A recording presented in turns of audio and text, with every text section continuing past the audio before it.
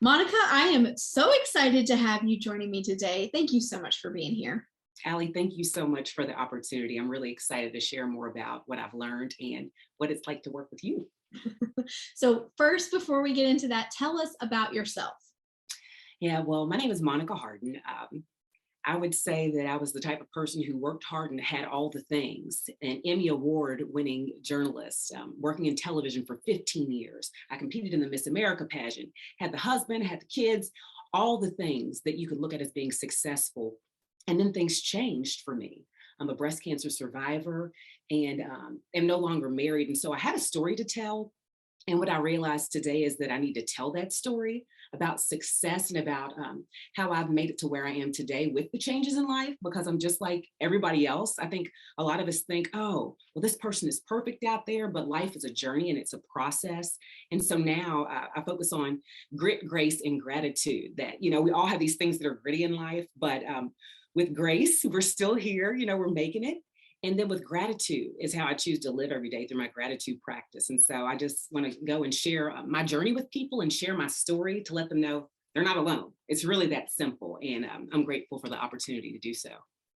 And touching on that story a bit, tell us a little bit more about your professional career and that journey that you've gone through and where you are today with that. Yeah, so I started out, I was blessed and fortunate to work in my hometown here in Louisville, Kentucky. And a lot of people have to move around when it comes to careers in journalism. But I started out as the traffic reporter for WLKY in 2006. It was a part-time job. It wasn't even full-time. 2 years into that, I was hustling. I was reporting, doing the traffic reporting for the morning show. I had the opportunity to start anchoring on the weekends. That went from weekends, reporting during the week, and then suddenly, you know how that goes.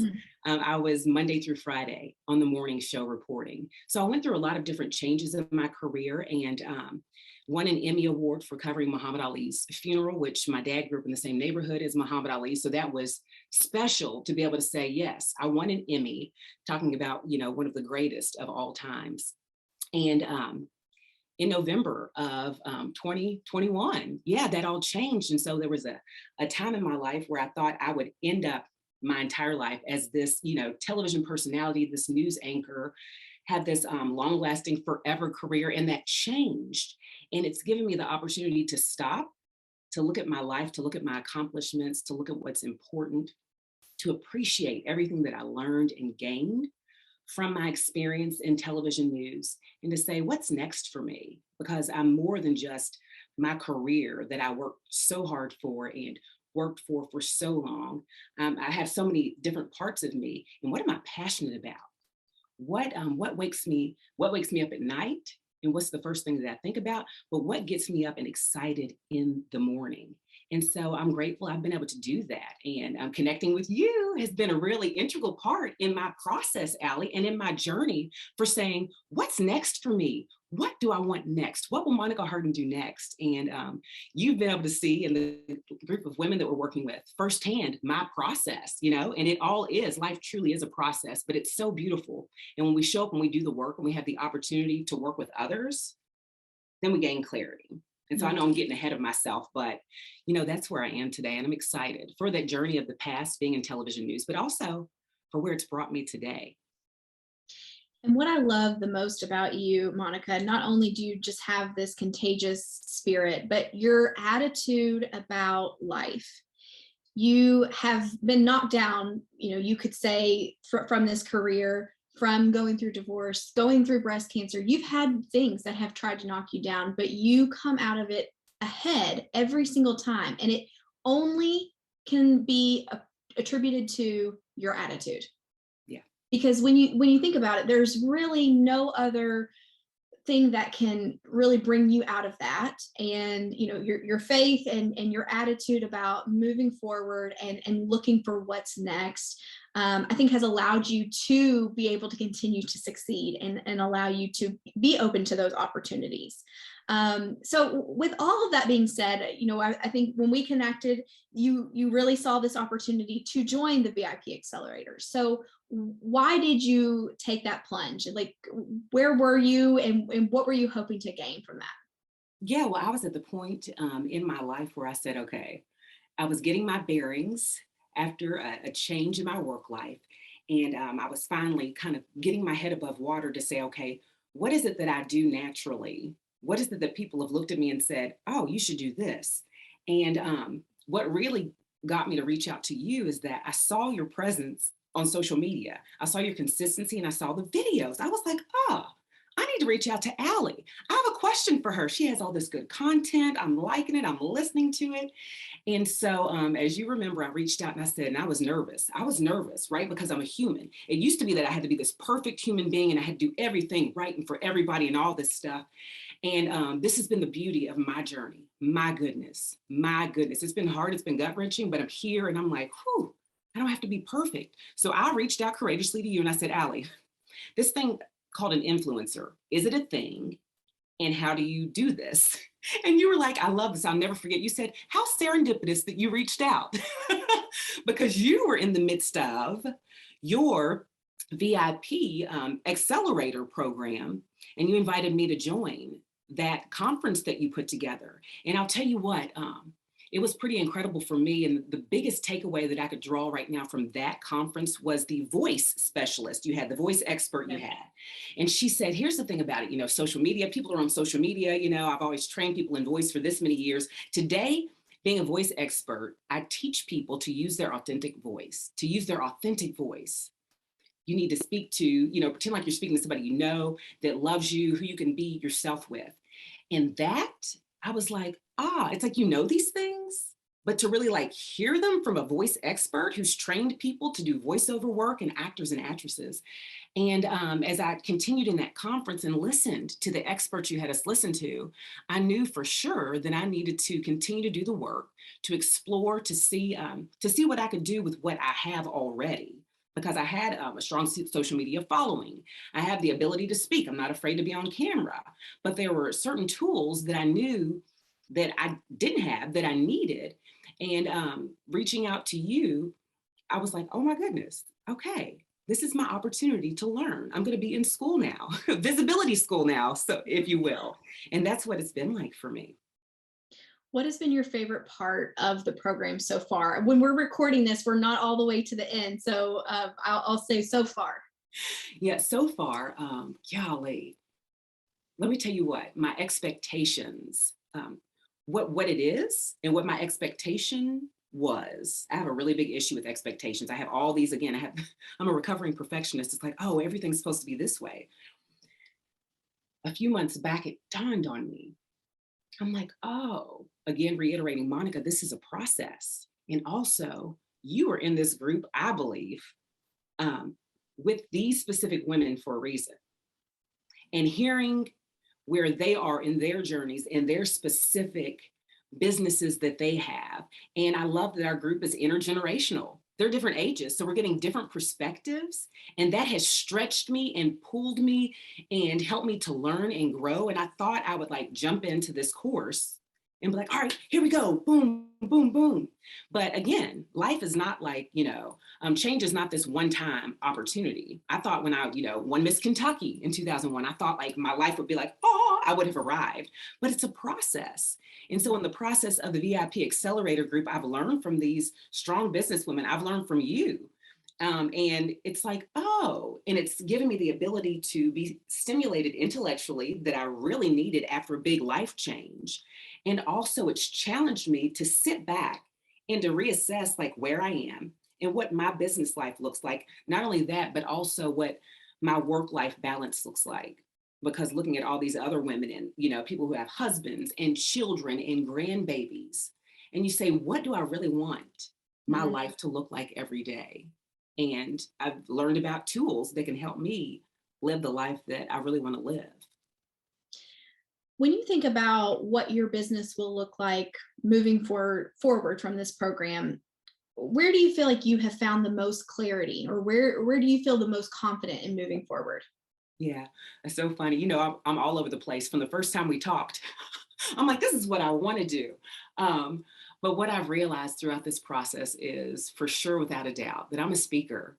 I'm a speaker from fifth grade, from anchoring the news in fifth grade at Stone Street Elementary, right, to my principal, Mr. Price at Stewart Middle School, pulling me out to go to meetings with him. Allie, sometimes it takes us a while to get, to look back at our life.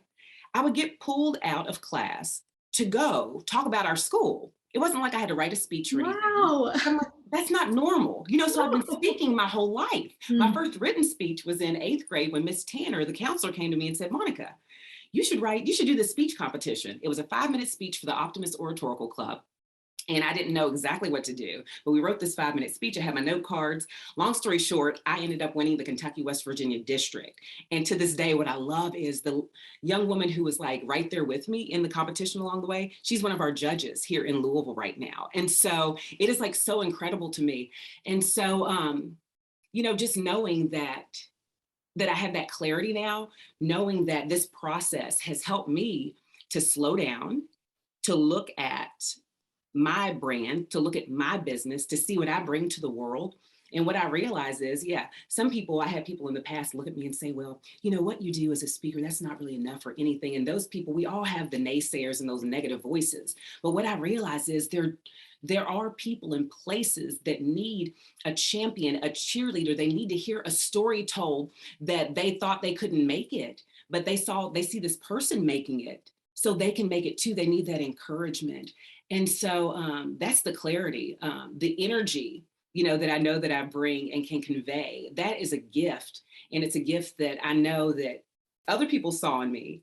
And now finally, at the age of 40, after breast cancer, after an incredible career in television, 2 babies, a marriage, everybody saw me grow up on television in Louisville, in my hometown.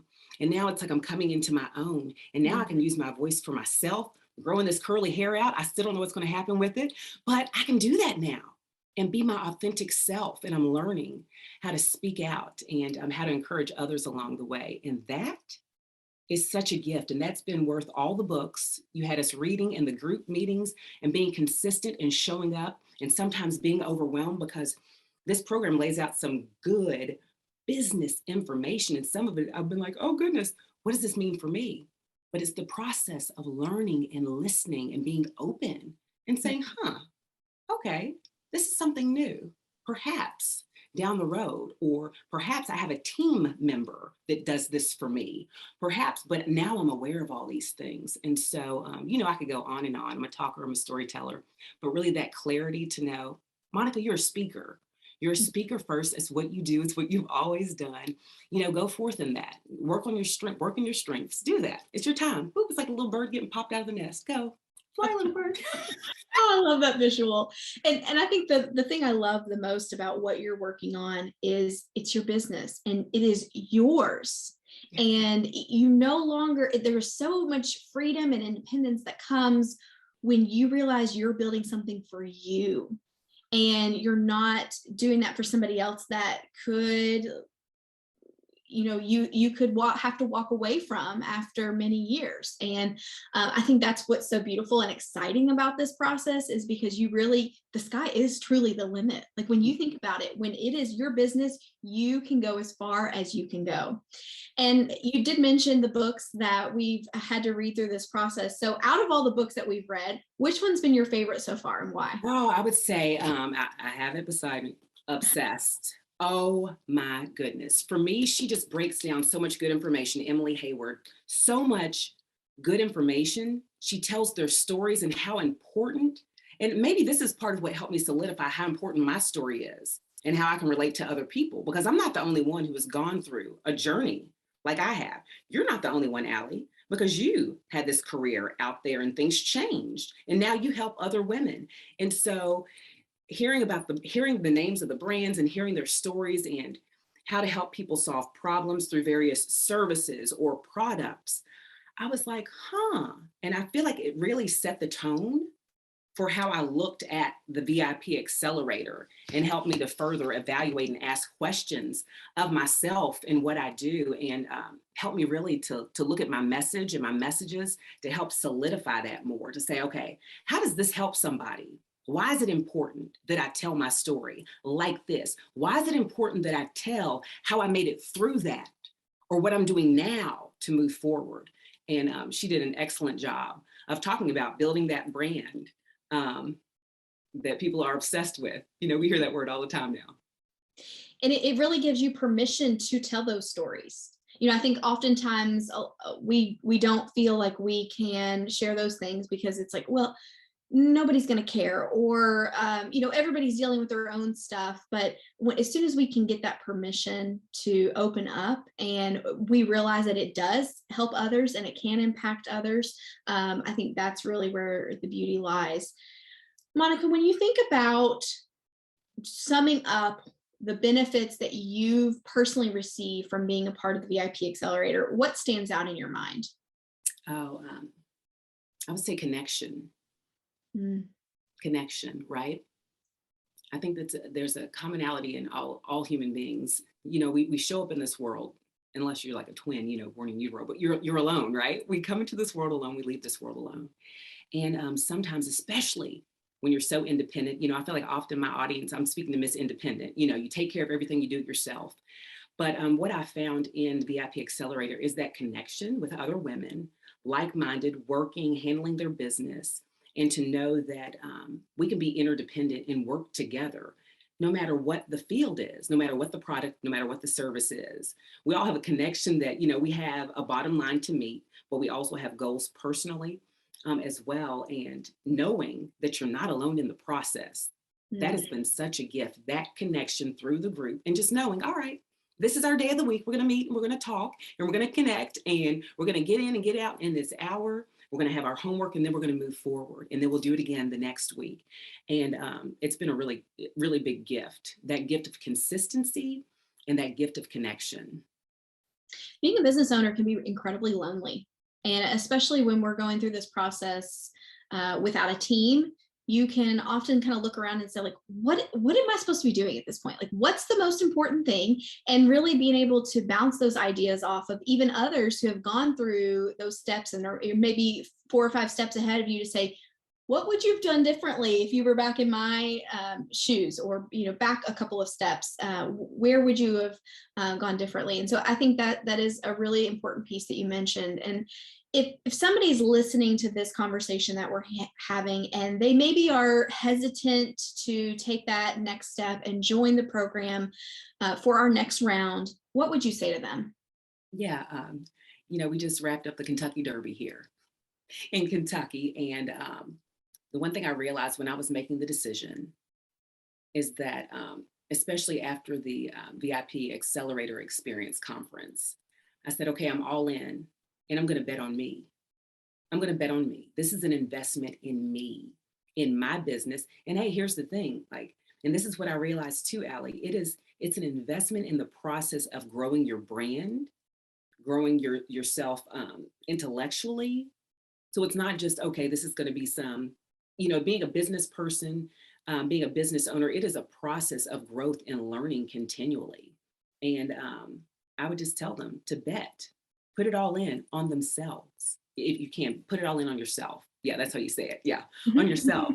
all bets in. I'm betting it in. All in on me. Yeah. And so, and that part feels good. It's an investment. Anything worthwhile is an investment, though, right? Yeah. So, yeah. Now, we're also airing this conversation on the Selfish podcast, along with other avenues. And the question that I always like to ask those that join me on the Selfish podcast is, how do you like to be selfish? And of course, I'll give this preface by saying this is, of course, in a positive light of how we like to practice self-care, because we are Miss Independent and we do like to do all the things and not leave any time at the end of the day for us. So, Monica, how do you like to be selfish? I like to be selfish. I have one particular type of water that I like, which I know sounds so frivolous. However, so I make sure that I have that. And I'm a mama with 2 girls, and I parent alone. So, kids always need something to drink, but that is mine. And this is when I really realized how much they are like, we want some of your water. The Easter Bunny brought them their own smaller bottles, and that was like everything for them. So that was great. Yeah. And then I cannot live without my Aveda hand relief, no other hand lotion like that. I always have it. It's beside me, and some lip gloss. So I have a couple things that I must have with me. Those 3 things, that bottle of water, that good bottle of water, whatever my bottle of water is at the moment, my Aveda hand relief, and my gloss, and I'm good. I'm There's good. really not many more things you need in life than those three right Me there. too, I mean, right? yeah, I'm totally with you on all three of those things. So I love that. Yeah. Monica, when you think about the road ahead for you, what's next? Yeah. Continuing to learn and grow. I'm like, oh my gosh, I don't want this to be over, but I know it's a process. I'm going to miss these women. But yeah, I know for me, we are starting to book out speaking engagements, especially for October for Breast Cancer Awareness Month as a breast cancer survivor. And so working on that and getting ready also this summer to judge the Miss Kentucky pageant and to connect with those young women. And so I'm excited about, the possibilities and, now owning my own schedule. And I'm open for booking. People can book me for their women's group, for young girls, teenage girls, especially workshops. But it's so funny. You have really encouraged us through our books that we've read. I have a whole stack over here to look at, what your message is and who you're talking to. And I've really thought long and hard about that and about how people will feel when they walk away. So I'm like, okay, if you want to feel normal, connected with, if you want to laugh a little, then you want to book me for your event because I always have a story to tell, but I want to leave you encouraged and feeling good when you leave. And I'm excited now to be able to have that opportunity to grab my babies and go wherever we need to go share that message.